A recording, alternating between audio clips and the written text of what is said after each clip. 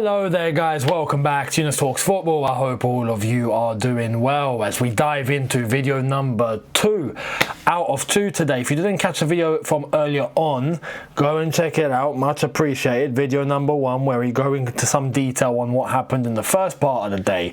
Now we dive into what's happened since earlier on this afternoon up until now. But before we get into the nitty gritty, I've not said that in a little while, I've got an announcement to make.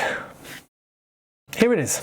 So, ladies and gentlemen, I'm very pleased and happy to announce that I have become a media partner for none other than the Paul Cannaville Foundation this year, where we will be competing in a fantasy league, and you guys have the ability to join in, which you can check out in the description. But there's also another link in the description, which is the donation link to the Paul Cannaville Foundation for some of the incredible work that they do, which I am now proud to be helping to support alongside many of my peers, some of which you know and some of which you don't. But if you join into the fantasy league, you have the chance to compete with all of us this season and see how well you can do. But the other link, like I've said, is to help support what the Paul Cannaville Foundation does, which is some amazing work on the ground in terms of helping to inspire, helping to facilitate and helping to educate a lot of the community and a lot of the future generations that are currently growing up at grassroots level and those to come, so they have the foundation laid in place.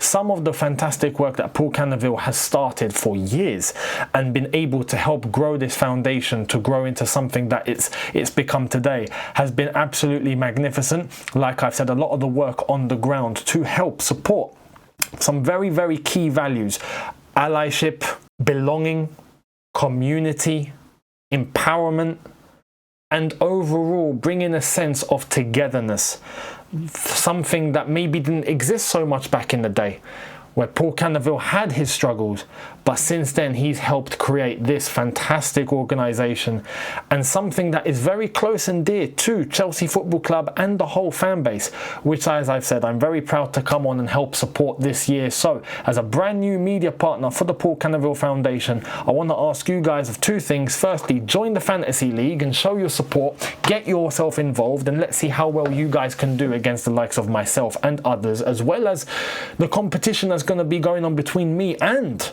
the likes of George Benson, who's here as well, Matisse, who's here as well, Daniel Child, son of Chelsea, Louis Beneventi, old school relationship there, as well as many others as well, Nizar Kinsella, Leonie Carpenter, and more to be mentioned too that are in the group. But you guys have the chance to compete. Make sure you hit the link in the description to join the fantasy league, and on top of that, hit the donation link, have a look at the fantastic work that the Paul Cannaville Foundation has done and continues to do in the community, like I've said, for those that are looking for opportunity, that do have, whether it's disability or struggles, but the whole point of not allowing that to stop them, and to have all the resources in place and the education for everyone to come together and bring what is needed for anyone of any race, of any creed, of any physical status, in order for them to thrive and in order for them to have everything that they need in order to get to where they want to get to, and for everyone to help each other. That's the fantastic work, like I said, with the core values that the Paul Cannaville Foundation has of allyship, belonging and community. Let's help support that even more. So hit the donation link, give what you can, much appreciated, and let's see how much more fantastic work the Paul Cannaville Foundation can do. So I'm very proud to be a media partner for this year. Let me know your thoughts as well. Make sure you hit those links, and I'll catch all of you on the other side. So let's get into it. Let's start with the latest on Christopher Nkunku. I asked you guys this question earlier on, didn't I? And I was saying, where is he going to be going to? We're going to sell him. Where is he going to? Is it going to be Leipzig? Are they really going to get a deal done? Is it Inter Milan? And I was asking, who's interested? Who's interested? There was one club I forgot. How could I forget? How could I forget? Yeah, they are the OGs of wanting Nkunku. How did they slip my mind? Well, it's nice to see they've come back in, and this time it looks like they're here to stay. Here's the latest. So Chelsea's Christopher Nkunku, 27, emerges as Bayern Munich's priority target to replace Kingsley Coman, 29, who is set to sign a 3-year deal with Al Nassr. we did speak about Kingsley Coman heading off to Saudi Arabia, and they need a replacement. How did we not put 2 and 2 together to make 4? How? Well, nice that Bayern Munich have done it for us. Here's more. L'Equipe saying Bayern Munich are set to prioritise a move for Christopher Nkunku as they seek to replace the departing Kingsley Coman. This also from Florian Plettenberg. Understand the deal for Christopher Nkunku and FC Bayern until deadline day is possible, as revealed on our show yesterday. Much now depends on whether Bayern Munich re-enter the race for Nick Woltemade. Nkunku is keen to join Bayern but has many suitors.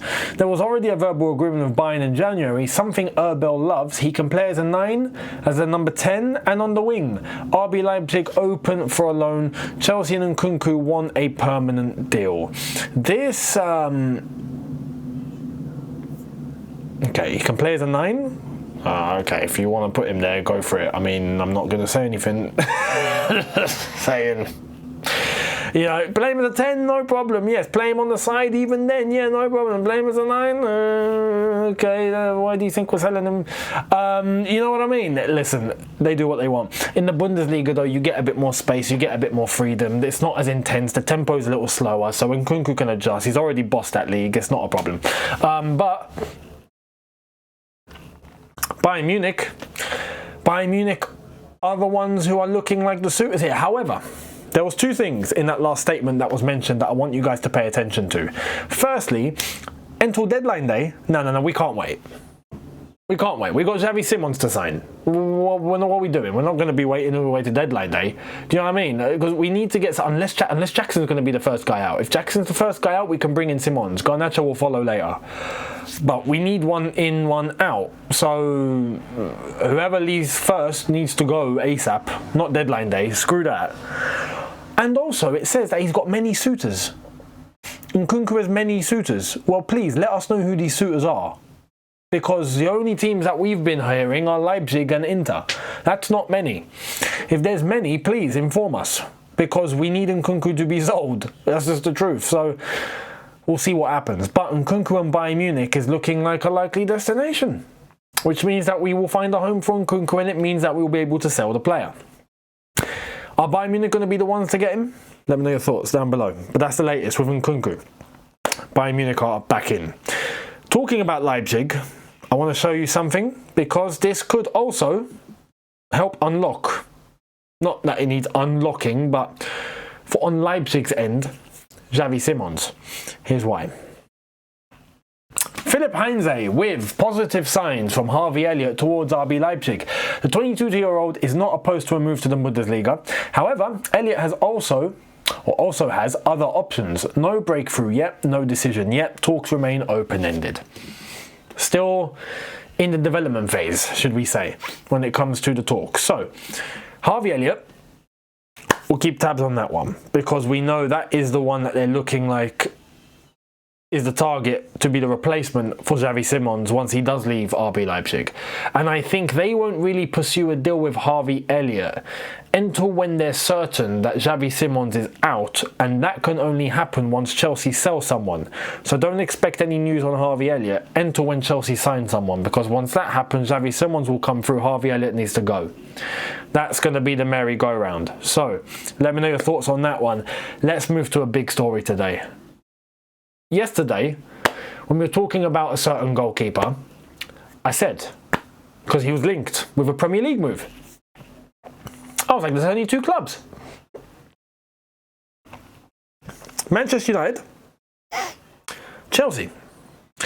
Chelsea looks very unlikely, especially in this climate. And I explained earlier on with Mike Penders coming in later, it does just seems like we're not going to go in and get another goalkeeper. It's going to be Sanchez for the new season anyway.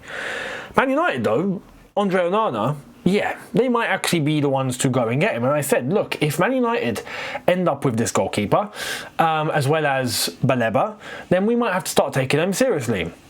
Well, turns out Chelsea won't get him. Man United won't get him either. So we don't need to be worried about Man United. But it's the other side of Manchester who are going for him. And they're about to get him. Exclusive from Fabrice Hawkins. Manchester City is monitoring Gianluigi Donnarumma if Ederson leaves the club. Negotiations are ongoing with the goalkeeper's side. Personal terms won't be an issue as Donnarumma is keen on the move. We also have from Fabrizio, Man City made contact with PSG to ask for Donnarumma deal conditions. Current PSG request around 50 million euros, deemed too high. Plus deal would only be possible if Ederson leaves. Chelsea are not in the race. Gigio will soon clarify his position.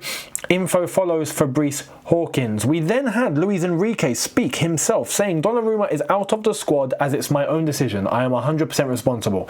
I want a different kind of goalkeeper and I made this decision. Gigio is one of the best goalkeepers in the whole world. Donnarumma will also clarify his position soon. Can I just take a pause there real quick before I show you everything else? But that's an oxymoron there, right? No? It's a paradox. From Luis Enrique.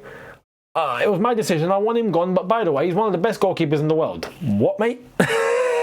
You what, mate? You know what I mean? Listen, there's been a bust-up. End of story. There's been a bust-up. Contract negotiations have not gone well whatsoever. Or he's not been offered something, or he feels hard done by, and Luis Enrique has gone, well, Lucas Chevalier has already been signed, so he's the new #1 goalkeeper at PSG. There's nothing else is going on, as simple as that. Donnarumma is completely ousted. Why? How? God knows. But we get to hear from Donnarumma, to be fair. Here's his statement. So Donnarumma on his socials has released this to the special Paris fans. From the first day I arrived, I gave everything on and off the pitch to earn my place and defend the goal of Paris Saint-Germain. Unfortunately, someone has decided that I can no longer be part of the group and contribute to the team's success. I am disappointed and disheartened. I hope to have the opportunity to look the fans at the Parc des Princes in the eyes one more time and say goodbye as it should be done. If that doesn't happen, I want you to know that your support and affection means the world to me and I will never forget it. I will always carry with me the memory of all the emotions, the magical nights, and of you who made me feel at home. To my teammates, my second family, thank you for every battle, every laugh, every moment we shared. You will always be my brothers. Playing for this club and living in this city has been an immense honour. Thank you, Paris. That's from Donnarumma himself. So he's gone. Simple as that. He's gone. I'm curious to know what the hell went down, but you know, this isn't new information. We've been anticipating something going on for about 2 months now. You remember we were speaking about Donnarumma on here because we were hearing whispers, and it's just all completely broken. It's shattered. I have to ask here, on PSG side, is there something going on PSG side? Because PSG don't seem to end relationship with players well, do they? When they know they have to break with a player, it ends horribly. It's always just chaos and just complete anarchy. You know, what's going on there? But they signed a new goalkeeper. They're good to go. So what's going to happen with Donnarumma?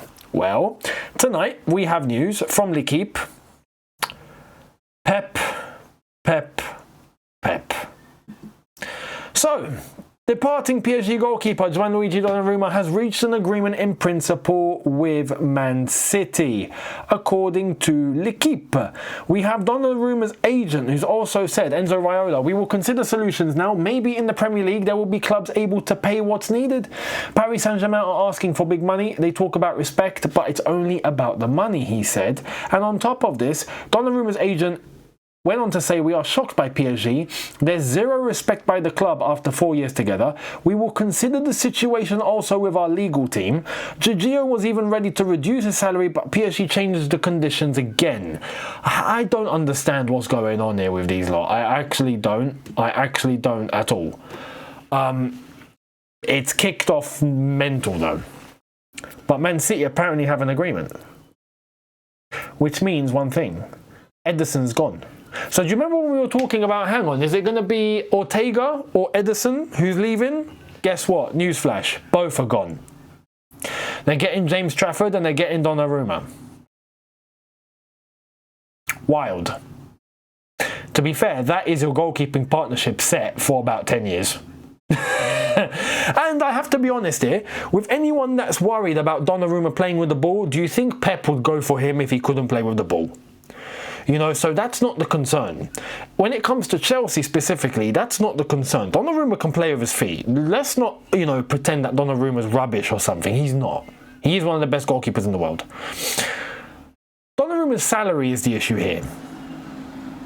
And so far, based on what Chelsea have done with their business, they have attracted players that are young, of a certain bracket, of a certain profile, and are all fitting the wage structure, and they all look really good. They don't want to disrupt that, it seems. And that's their prerogative. That's their choice, because right now it actually looks like it's working. You get Donnarumma and you're going to have to pay him a flipping arm and a leg. Man City will be happy to do that. But is that the answer? Some people would say yes, because of Rob Sanchez. Some people will say no and go, nah, Sanchez deserves a chance. What I will say is Chelsea's vision isn't on, not even Sanchez. Chelsea's vision is on Mike Penders. That's already done. So they're not going to shift anything with the goalkeeping department. They're going to let him play for a year. Rob Sanchez will be able to cover for this year. After that, Mike Penders, we'll see what he's looking like, and then we'll bring him in and see who the real number one is. That's what's going to happen. But Man City, Donnarumma. Donnarumma, unbelievable. Let me know your thoughts. I think that's a good signing, to be fair, man. I mean, come on, it's Donnarumma. Manchester City here setting a level. Big up, the ambition is there, but the way that it's broken with PSG is unbelievable. It's just absolute anarchy and chaos, like I've said. So let's wait and see what happens there. Let me know your thoughts on that. Liverpool now, let's move to them. Here's the latest on a defender. Liverpool's two main defensive targets are Crystal Palace's Marc Guehi and Parma's Giovanni Leone. Both could arrive under the right circumstances, especially with Ibrahima Konate's long-term future unclear and Jarrell Quansah leaving for Leverkusen. Initial talks for Guehi are underway. Crystal Palace want to sell, knowing Guehi won't sign a new deal. Liverpool's plan has always been to explore Guehi late in the window, knowing the price will likely drop south of 40 million. We then had David Ornstein.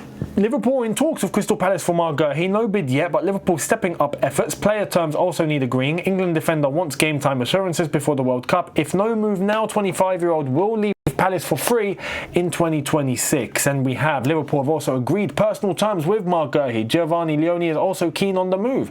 Negotiations underway with Palace for fee around 35 million, as total package deal could be done soon. Liverpool work on both Guehi and Leone, not alternative as revealed today. So Liverpool are spending even more money. It's just mad when you think about it, isn't it? I mean, where are they getting all this from? I understand they've actually made some outgoings now, but they're going to sign Isak. Some people might, oh, maybe they're not signing Isak. No. They are signing Isak. You best believe that's happening. And they're going to sign Guehi. And they're going to sign Leone. Bloody hell. Have a day off. Have a day off. I want an FFP investigation into these clubs. Into Liverpool and into Manchester United. Man City, I'm okay. It makes sense. It makes sense. But Liverpool, how much money have you generated? Man United, we don't even need to look at how much money you generated. You're definitely over the flipping limit. There's not even a discussion.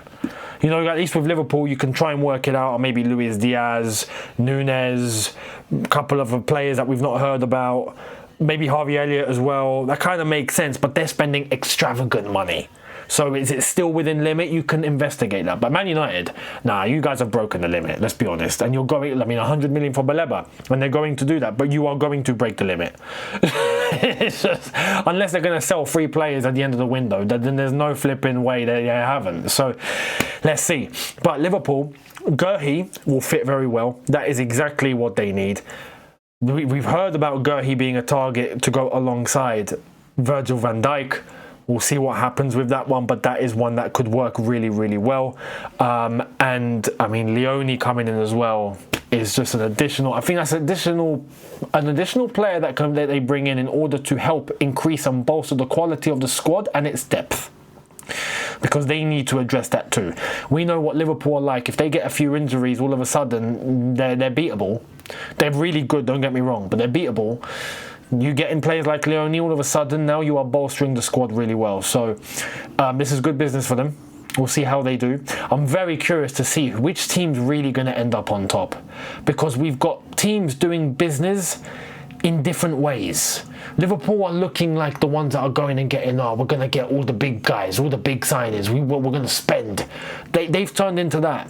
Man City have tried to be, we're going to try and get the best, but for as little as we can. But we've got money to spend. We're not going to be hesitant, but we're going to try and split it as much as we can. And they've done that. Yeah. Arsenal feel like they've got the job maybe 50% done. You know, they've got players like Gyökeres, but then they've also got Madueke, and they're not going to get Eze because it seems like Tottenham might actually snap him. So they're a bit 50-50. And Chelsea have gone down the route of, we've got money to spend, but we've got profiles and ages and wage salaries that we are looking at, and no one's going to break that, but we are going to look for the best quality within that profile, and we're going to assemble all of them, and they're looking really good. So who's going to end up on top? It's going to be one hell of a title race. I'm going to tell you that now. And we're going to be here doing watch-alongs and making sure we're going to go through it during the season. So make sure you guys are here. Anyway, Chelsea. Back to Chelsea. Let's go back to Chelsea. Here's latest on replacing Levi Colwill with a new defender. Chelsea will not be signing a defender to replace Colwill and are happy with the defensive depth they have amassed. So that's from Liam Toomey and The Athletic. Yeah, I'm not surprised.